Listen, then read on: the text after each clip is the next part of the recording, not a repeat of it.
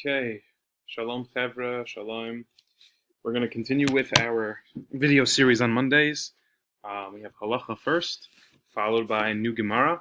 I just want to let you in advance to know that the Halacha quiz that we usually have on Mondays is going to be pushed to Wednesday because we had to do our humility Anava lesson plan on Wednesday, if you recall. So you had an exit ticket. If some of you hadn't completed it yet, please make sure you get that into me by tonight. We are going to have the halacha quiz on Wednesday, so please take notes if you missed it from last week, Monday. It's on the screen right now at number 8. We're going to start with number 9, and then we're going to go into new Gemara. Please, when we do the Gemara, open up that Gemara Google Doc that many of you already said you started. You need to take notes. I'm showing you how to do it for the halacha part so that you can get the idea of what to do for the Gemara part. We're going to have an assessment where it's going to be open notes Gemara quiz type thing, and that's going to be a large part of your grade. So please take notes while I teach the Gemara in order for you to do well on the assessment. Okay, we're going to start with halacha 9. The Shulchan Aruch writes, let's say it is Leil Shabbat, it is Friday night, or Leil Yom Tov, like Erev Pesach or Erev Shavuot that's coming up.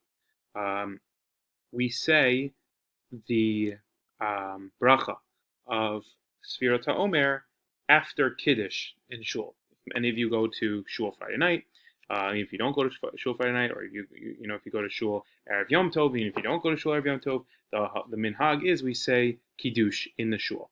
This is a long minhag that's been around for a very long time, dating back to a couple thousand years ago, because when people were traveling and they didn't have a place to stay, their go-to was to stay in the shul. The shul was a community building. If somebody needed to stay over in a place, the shul was free. And so you could sleep in a heated shul. They had a nice place in the basement for you. They had like living quarters. You could sleep there and then travel the next day. It was always open for any Jew who needs it. So they would make kiddush if anyone was staying over in shul to eat their seudah, and they didn't have enough money to afford kiddush. They would make kiddush for them. So we continue this tradition today. It's a beautiful tradition that started many, many years ago. So after we make kiddush, we make the bracha on sfira afterwards. After kiddush, Friday night, or Erev Yom Tov, after Kiddush Friday night, in Shul, we say the bracha on the Omer. Only afterwards. He continues.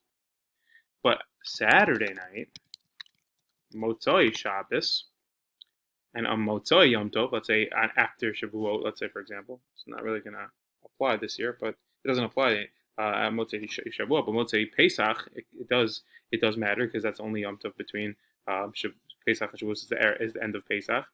So we say the Omer bracha before Havdalah. So again, it's interesting. In Shul Friday night, Erev Yom Tov, we say the bracha after Kiddush. Saturday night, we say the bracha before Havdalah. So it's interesting to see when we say the bracha before Kiddush, before or after. Good. What happens if Motzoi, like Pesach, the ending of Pesach or Shabbos, fell out on Motzei and Saturday night, so we have a double. Pesach ended Saturday night. It's happened before recently in history. What happens if Pesach ends Saturday night? Not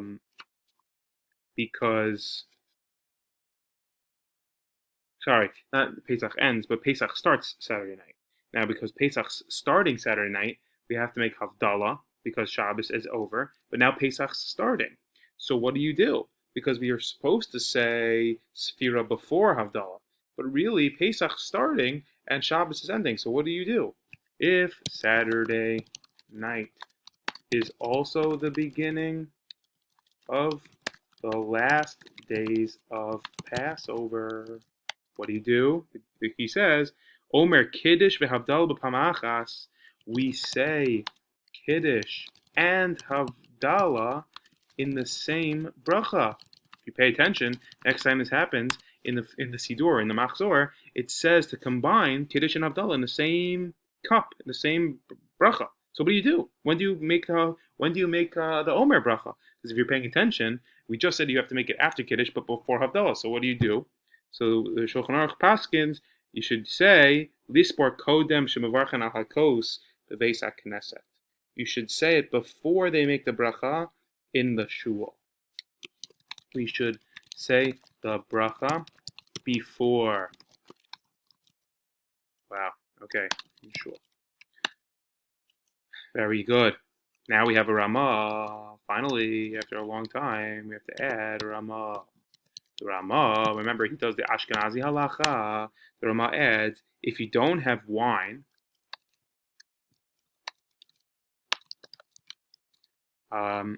you need to do Yak Nahaz, which we'll maybe talk about in a second.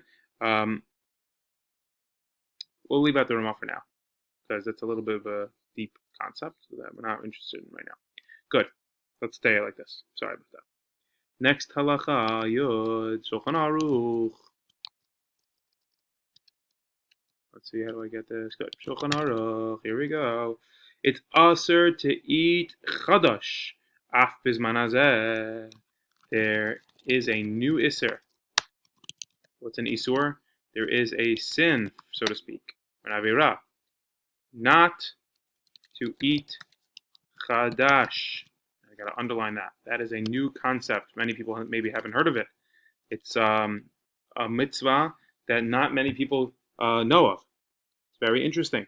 There's many reasons why we don't necessarily keep it nowadays, but the idea is Shulchan Aruch says we're not able to eat chadash. What is chadash?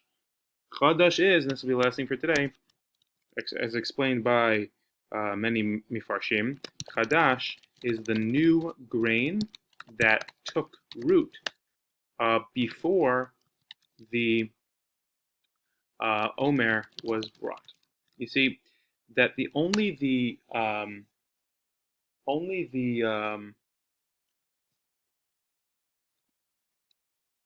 or I'll say after. Only, this is key.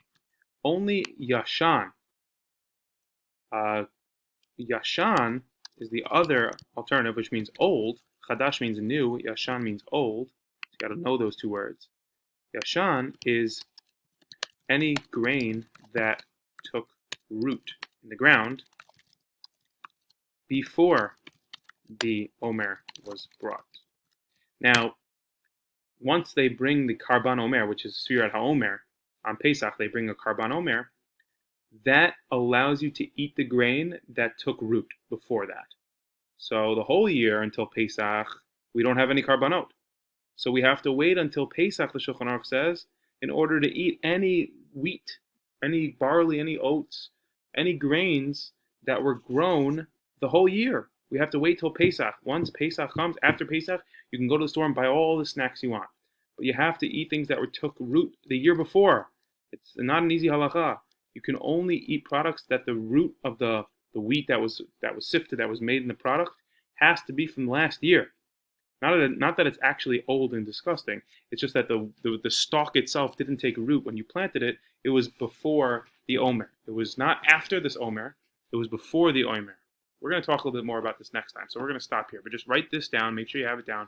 And we're going to continue from this on Wednesday. There's an Isser. You're not allowed to eat Chadash, new grain. We'll talk a little bit about that more next time. Okay? Just know that it's Asur to eat Chadash. Now we'll take a pause, get your Google Doc out for the notes on Gemara, and we're going to start learning Gemara for the next less than 8 minutes. Here we go. I have less than 8 minutes with you guys, so I hope you have your Gemara Google Doc open because taking notes is very important. Here we go. We're continuing a little review. If you don't have the notes from last time, we're trying to prove Abaye. Another proof for Abaye. This is the second time we're trying to prove him.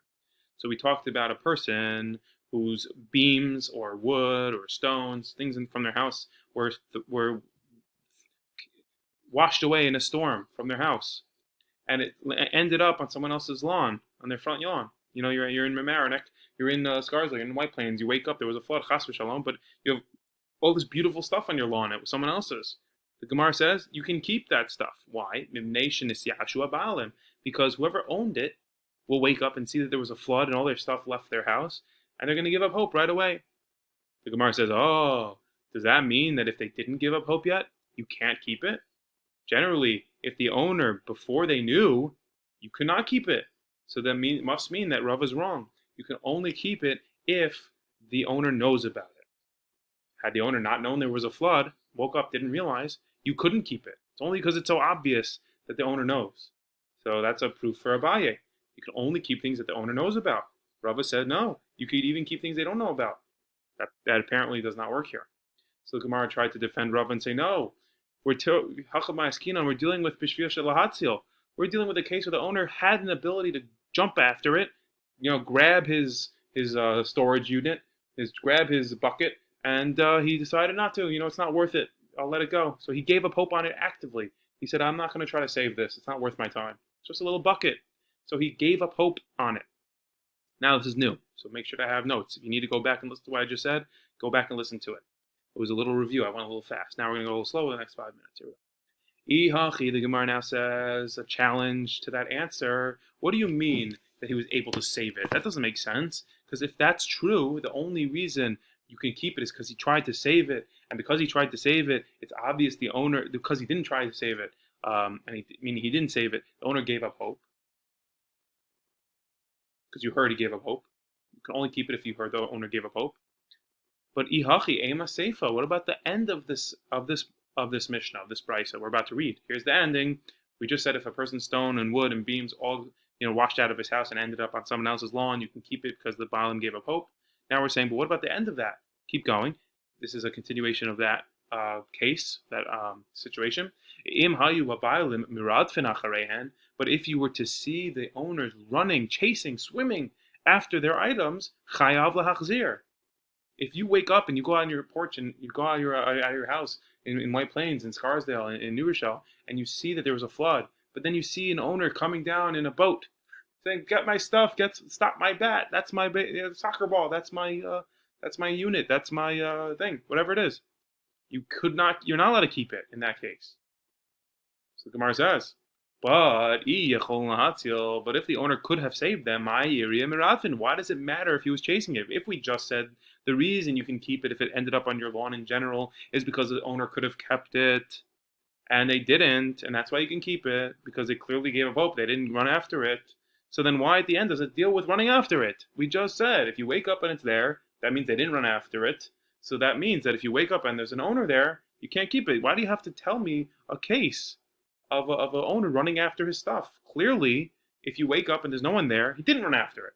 And the alternative, the opposite is, if there is an owner there, he is running after it. So it's obvious. Why are you dealing with a person running after their stuff? It doesn't make sense. Afilu emeradfin nami. Even if they weren't running after it, you should still have to return it because they're showing they didn't want to give up hope. And even if you don't see them running after it, a person should not be able to keep it if the owner doesn't want to give up hope on it. So again, the idea is that the materials on your lawn, if they were able to be saved, then you're not allowed to keep it. You're not allowed to keep it if it could have been saved. However, if it could not have been saved, so you know that the owner gave up hope. But the case here is that they could have saved it. So it's not that it's Yehu Shalomi Das. It was Yehush Midas, because they gave up hope with knowing. They gave up hope. They saw it. They could have saved it. They decided not to.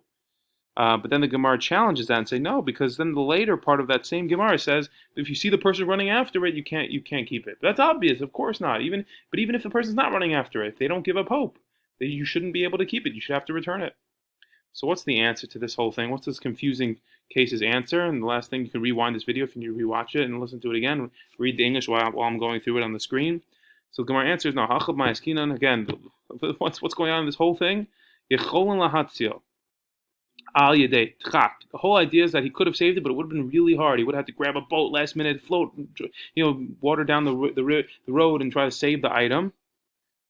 So if he is chasing after it, he obviously didn't give up hope on it.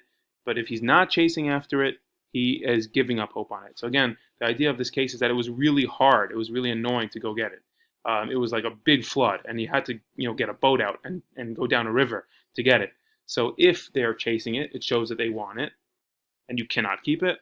And if they're not chasing it, that means you could keep it. So at the end of the day, the whole idea is that it is Yehush Midat. Again, it's not Yehush Shalom Midat. It's a new case because both times, in both cases, whether the owner's chasing it or not, whether the owner, wants it or not, is obvious to the finder, and that's why it does not work as a proof for Abaye.